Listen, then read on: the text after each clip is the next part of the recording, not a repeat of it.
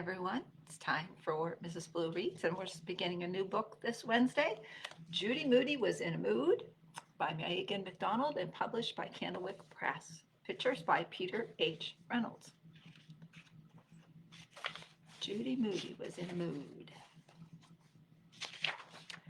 A bad mood is the name of this chapter. Judy Moody did not want to give up summer. She did not feel like brushing her hair every day. She did not feel like memorizing spelling words, and she did not want to sit next to Frank Pearl, who ate paste in class. Judy Moody was in a mood. Not a good mood, a bad mood, a mad face mood. Even the smell of her new grouchy pencils could not get her out of bed.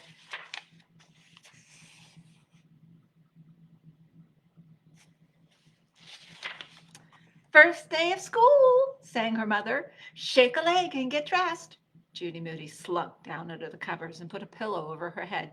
Judy, did you hear me? Roar, said Judy. She would have to get used to a new desk and a new classroom. Her new desk would not have an armadillo sticker with her name on it like her old one did last year. Her new classroom would not have a porcupine named Roger. And with her luck, she'd get stuck sitting in the first row where Mr. Todd could see every time she tried to pass a note to her best friend, Rocky. Mom poked her head inside Judy's room again. And think about brushing that hair, okay? One of the worst things about the first day of school was that everybody came back from summer wearing new t-shirts that said Disney World or SeaWorld or Jamestown, home of Pocahontas. Judy searched her top drawer and her bottom drawer and even her underwear drawer. She could not find one shirt with words. She wore her tiger-striped pajama pants on the bottom and a plain old no-words t-shirt on top. She's wearing pajamas, said her brother Stink when she came downstairs. You can't wear pajamas to school. Stink thought he knew everything now that he was starting second grade. Judy glared at him with one of her most famous troll eye stares. Judy can change after breakfast, Mom said. I made sunny side up eggs for the first day of school, said Dad. There's squishy bread for dipping. There was nothing sunny about Judy's egg. The yellow middle was broken. Judy slid her wobbly egg into the napkin on her lap, and it fed it to Mouse, their cat, under the table. Summer is over, and I didn't even go anywhere, said Judy. You went to Grandma Lou's, said Mom. But that was right here in boring old Virginia, and I didn't get to eat hot dogs and ride a roller coaster or see a whale, said Judy. You rode a bumper car, said Mom. Baby cars at the mall, Judy said. You went fishing and ate shark, said Dad. She ate a shark? Asked Stink. I ate a shark? Asked Judy. Yes, said Dad. Remember the fish we bought at the market when we couldn't catch any? I ate a shark, said Judy Moody. Judy Moody ran back to her room and peeled off her shirt. She took out a fat marker and drew a big mouth shark with lots of teeth. I ate a shark, she wrote in all capitals. Judy ran out the door to the bus. She didn't wait for Stink. She didn't wait for kisses from Dad or hugs from Mom. She was in a hurry to show Rocky her new t-shirt with words. She almost forgot her bad mood until she saw Rocky practicing card tricks at the bus stop. He was wearing a giant-sized blue and white t-shirt with fancy letters and a picture of the Loch Ness Monster roller coaster. Like my new t-shirt, he asked? I got it at Busch Gardens. No, said Judy Moody, even though she secretly liked the shirt. I like your shark, said Rocky. When Judy didn't say anything, he asked, are you in a bad mood or something? Or something, said Judy Moody. Chapter 2, Roar. When Judy Moody arrived in third grade, her teacher, Mr. Todd, stood by the door, welcoming everyone. Hello there, Judy. Hello, Mr. Toad, said Judy. She cracked herself up. Class, please hang your backpacks on the hooks and put your lunches in the cubbies, said Mr. Todd. Judy Moody looked around the classroom. Do you have a porcupine named Roger? Judy asked Mr. Todd. No, but we have a turtle named Tucson. Do you like turtles? She liked turtles, but she caught herself just in time. No, I like toads. Judy cracked herself up again. Rocky, your seat is over by the window, and Judy's is right up front, said Mr. Todd. I knew it, said Judy. She surveyed her new front row desk. Didn't have an armadillo sticker with her name on it. There she is, talking with Mr. Todd. Guess who sat across the aisle from her? Frank Eats Paste Pearl. He glanced at Judy sideways, then bent his thumb all the way back, touching his wrist. Judy rolled her tongue like a hot dog back at him. You like sharks too? He asked, passing her a small white envelope with her name on it. Ever since they had danced the maypole together in kindergarten, this boy would not leave her alone. In first grade, Frank Pearl sent her 5 Valentines. In second grade, he gave her a cupcake on Halloween, on Thanksgiving, and on Martin Luther King Jr. Day. Now, on the first day of third grade, he gave her a birthday party invitation. Judy checked the date inside. His birthday was not for 3 weeks. Even a real shark would not scare him off. Can I look inside your desk? Asked Judy. He moved to one side. No sign of paste. Mr. Todd stood in front of the class. Gino's extra cheese pizza was printed in large letters on the board. Are we having extra cheese pizza for lunch? Judy asked. For spelling. Mr. Todd held his finger to his lips like it was a secret. You'll see. Then he said, okay, third grade, listen up. We're going to try something different to kick off the year as a way of getting to know one another. This year, each of you will make your own me collage, all about you. You can draw or cut out pictures and paste things to your collage that tell the class what makes you, you. A me collage. It sounded fun to Judy, but she didn't say so. We don't have to draw a map of our family then? Asked Jessica Finch. I'm passing out a list of ideas for things you might include, like your family. I'm also giving everyone a folder for collecting the things you want to put on your collage. We'll work on these as we have time over the next month. At the end of September, you'll each get a chance to tell the class about you. There's his list. And she's got a name. It says, name Judy Moody, the Me Collage. Things you may want to include. Who am I? Where I live? My friends? My best friend? My favorite pet? When I grow up? Hobbies? The worst thing that ever happened to me? The funniest thing? Clubs? And that says more. So there's another side. All through language arts and social studies, Judy thought about one thing, herself. Judy Moody, star of her own Me Collage. Maybe third grade wasn't so bad after all. Okay, everybody, time for spelling. Yuck, spelling, Judy said under her breath, remembering her bad mood. Yuck, spelling, Frank Pearl agreed. Judy squinched her eyebrows at him. Take out a piece of paper and write down 5 spelling words you can find hidden in the words on the board. Gino's extra cheese pizza. Cool spelling, huh? Said a note passed to Judy by Frank. No, she wrote back on her hand, flashing it at him. Judy took out her brand new package of grouchy pencils with mad faces on them. Grouchy pencils for completely impossible moods, said the package.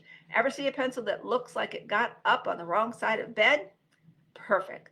The new grouchy pencil helped her think. She found the words tree, Texas, and taxi hidden in Mr. Todd's spelling on the board.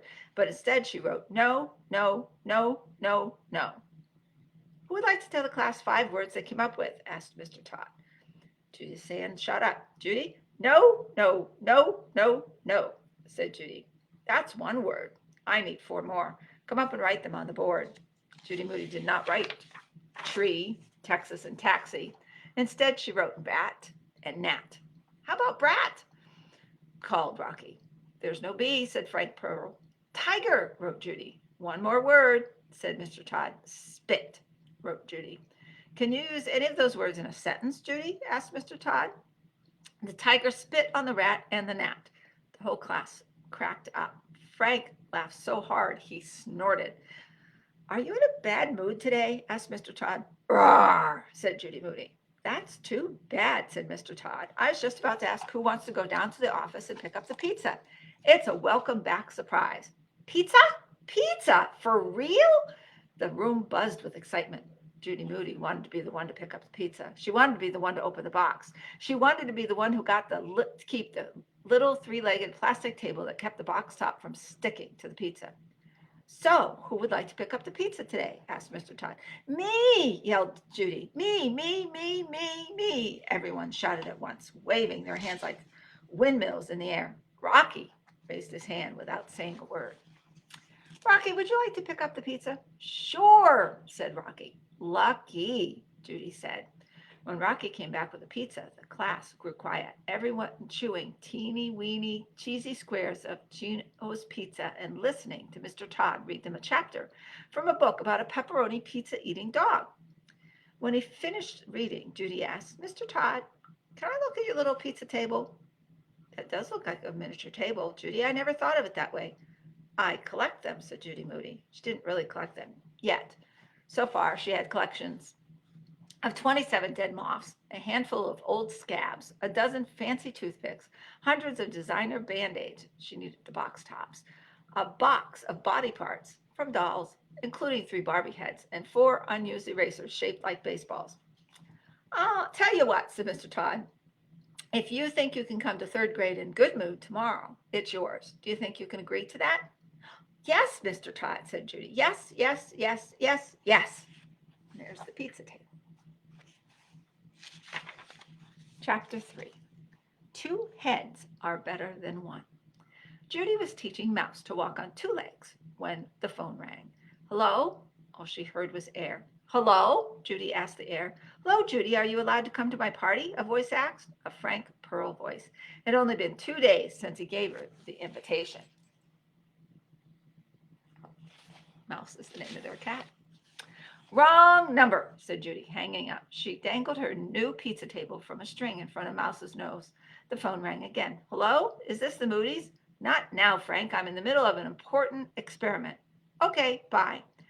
The phone rang a 3rd time. The experiment's not over yet, Judy yelled into the phone. What experiment? Asked Rocky. Never mind, said Judy. Let's go to Vic's, said Rocky. I want to get something for my me collage. Vic's was the mini mart down the hill where they had cool prizes in the jawbreaker machine, like tattoos that wash off and magic tricks. Let me ask, said Judy. Mom, can I go to Vic's with Rocky? Sure, said Mom. Sure, said Judy, tossing Mouse the pizza table. I'm going too, said Stink. No, you're not, Judy told him. You and Rocky can take him along, said Mom, giving her one of those looks. But he doesn't know about crossing through China and Japan on the way, Judy said. Only best friends knew that the first speed bump on the way was crossing into China, the second Japan. I'm sure you could teach him, Mom said. Teach me, said Stink. Meet me at the manhole, Judy said back into the phone. The manhole was exactly halfway between Judy's front door and Rocky's. Over the summer, they had measured it with a very long ball of string. She ran out the door. Stink ran out the door after her. Rocky had $1. Judy had $1. Stink had 6 pennies. If we put our money together, we can buy 8 jawbreakers, said Rocky. 2 heads are better than 1, Judy laughed. Get it? She unscrunched the dollar bill from her pocket and pointed to George Washington's head. I've got 6 heads, said Stink, showing his pennies. That's because you're a monster. Get it? Judy and Rocky cracked up. Stink did not have enough money for even 1 jawbreaker. You'll break your mouth if you try to eat 8 jawbreakers, said Stink. I could eat at least 2 for you. It's for the prizes, Judy told him. There's their money, the $2 and the 6 pennies. 8 quarters gives us 8 chances to win a magic trick, said Rocky. I need a new magic trick to paste on my me collage. Hey, wait, said Judy. I just remembered. I need my $1 to buy Band-Aids. Band-Aids are boring, said Stink. Besides, you have 10 million. Dad said we have more Band-Aids in our bathroom than the Red Cross. But I want to be a doctor, said Judy, like Elizabeth Blackwell, first woman doctor. She started her own hospital. She knew how to operate and put together body parts and everything. Body parts? Yuck, Stink said. You say Band-Aid box tops all summer, said Rocky. I thought you had enough to send away for that doctor doll. I did. I already ordered it back in July. I'm still waiting for it to come. But now I need a microscope. You can look at blood or scabs or anything with it. Stink asked. When do we get to China? We're still on Jefferson Street, Stink, Rocky told him. Let's look for rocks until we get to China, said Stink. Let's see who can find the best one, said Rocky. The 3 of them studied the ground. As they walked, Judy found 5 pink pebbles and a Bazooka Joe comic with a fortune that read, Money is coming your way. Rocky found a blue Lego and a stone with a hole in the middle, a lucky stone. I found a black diamond, said Stink. That's just charcoal, said Judy. It's just glass, Rocky said. Here's what they found. Wait, Judy said, crossing her eyes at Rocky. I think it's a moon rock. Don't you, Rocky? Yes, said Rocky, definitely. How do you know? Asked Stink. It has craters, Judy said. How did it get here? Asked Stink. It fell from the sky, said Judy. Really? Asked Stink. Really, said Rocky. In my Space Junk magazine, it tells how a moon rock fell from space and left a hole in Arizona once. And our teacher last year told us how a moon rock hit a dog in Egypt one time. No lie, Judy told her brother. You're lucky. Moon rocks are billions of years old.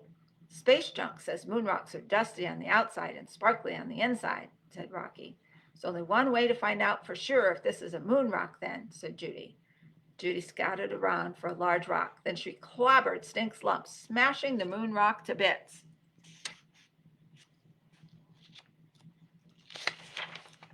You smashed it, said Stink. Look, I think I see a sparkle, said Rocky. Stink, you found a real moon rock, all right, Judy said. It's not a moon rock anymore, cried Stink. Look at it this way, Stink, said Judy. Now you have something better than a moon rock.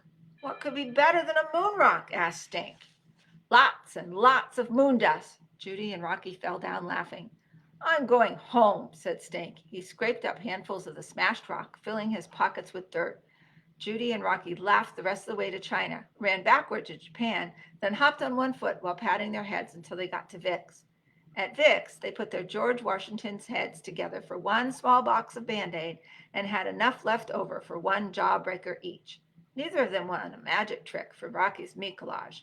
Not even a troll or a magic miniature comic book or a tattoo. Maybe I could put a jawbreaker. There she is, smashing the moon rock. Maybe I could put a jawbreaker on my collage, said Rocky. Are you going to stick some Band-Aids on yours?